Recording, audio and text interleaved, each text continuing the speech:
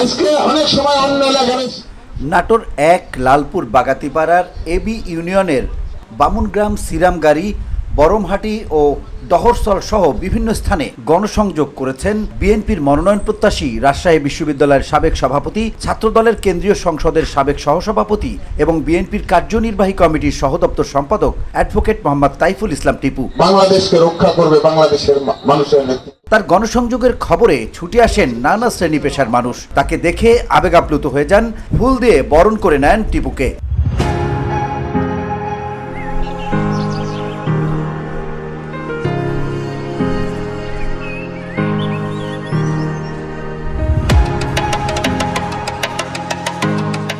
বৃহস্পতিবার সেখানে এক সংক্ষিপ্ত সমাবেশে বক্তব্য রাখেন এই বিএনপি নেতা। তিনি বলেন, এই এলাকার মানুষের পাশে সবসময় থাকার অঙ্গীকার ব্যক্ত করেন তাইফুল ইসলাম টিপু। তিনি বলেন, ৩১ দফার ভিত্তিতেই আগামী দিনে বাংলাদেশ গঠন করবে বিএনপি। তারেক রহমানের দেয়া এই ৩১ দফা মানুষের ভাগ্য উন্নয়নে কাজ করবে উল্লেখ করে দল মত নির্বিশেষে সবাইকে ঐক্যবদ্ধ থাকতে হবে। ধানের শীষে ভোট দেওয়ার মাধ্যমে আগামী দিনের উন্নয়নকে ত্বরান্বিত করতে হবে। এ সময় বিএনপি চেয়ারপারসন বেগম খালেদা জিয়া এবং ভারপ্রাপ্ত চেয়ারম্যান তারেক রহমানের জন্য দোয়া চান। VOD Bangla news desk.